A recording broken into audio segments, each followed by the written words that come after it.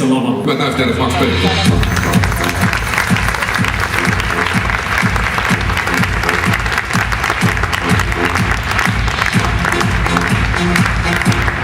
Tervetuloa. Meri tuo siinä vielä kätevästi mukaan noin putelitkin tossa naisen ja miehen tuoksuu.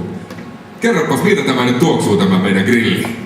No tässä miesten tuoksussa on niin tuommoinen aidosti niin semmoinen leirinuotion tuoksu ja sitten tämmöisen suomalaisen metsän vivahe. Ja sitten siinä on myös tämmöinen gourmande vivahe siinä pohjatuoksussa, mikä viittaa suoraan niin tämmöisiin grilliherkkuihin.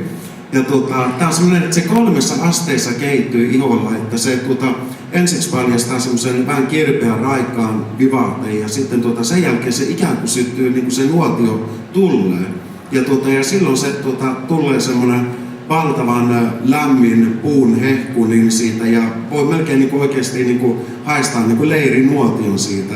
Ja sen jälkeen se lähtee sitten niin siitä hälvenemään semmoiseen luksustuoksun suuntaan. Eli niin tulee semmoinen balsamimainen, todella pehmeä puun ja kermaisen myskin vivahteet sinne taakse. Mutta hyvin semmoinen maskuliininen ja suomi-henkinenkin tuoksu niin tämä. Ja naisten tuoksu sitten on niin semmoinen hyvin romanttinen ja kesäinen olemukselta, että siinähän se idea oli se, että mies hoitaa sen rillipuoli ja nainen istuu kauniina vai onko se hyvältä mielessä. Ja tietysti siellä löytyi niitä virvokkeita siinä, että semmoinen idea mulle, tai semmoinen mielikuva tuli siinä ja se naisten tuoksu on sitten niin hyvin erityyppinen, että siinä on sitten tosiaan niin tämä vastaavallinen tuomen kukaat on valtavan dominoiva niin siinä tuoksussa ja sitten semmoiset eksoottiset hedelmien vivahteet vielä siinä ja järviveden vivahteet, mitkä tuo semmoista läpikultavuutta siihen ja voin sanoa, että se on todella luksustuoksu sitten niin päivä kuin iltakäyttöön sitten. Ja oli valtava inspiraatio, koska tämä oli hullu idea, mitä ikinä on mulle ylipäätään tarjottu. Ja mä silloin ajattelin, että mitenkään tämä onnistuu, mutta otan haasteen vastaan.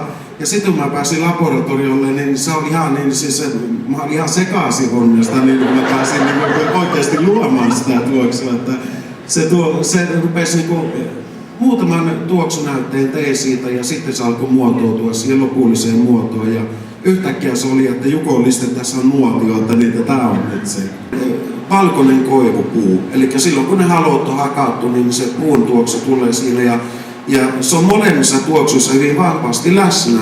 Ja naisten tuoksussa se sekoittuu valtavan hienosti sitten justiin sen järviveden vivahteen kanssa. Ja sitten kun siinä on vähän tätä kermaista myskiä ja sitten orvokkia, tuominkukkaa ja nerolinkukkaa, niin se on ihan mieletön kombinaatio.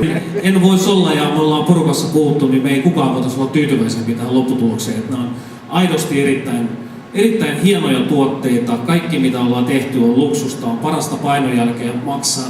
Sanoit, että tämän hienompaa sä et ole Suomessa vielä nähnyt. No en ole todellakaan, että tää on, mä vapin sen vieläkin.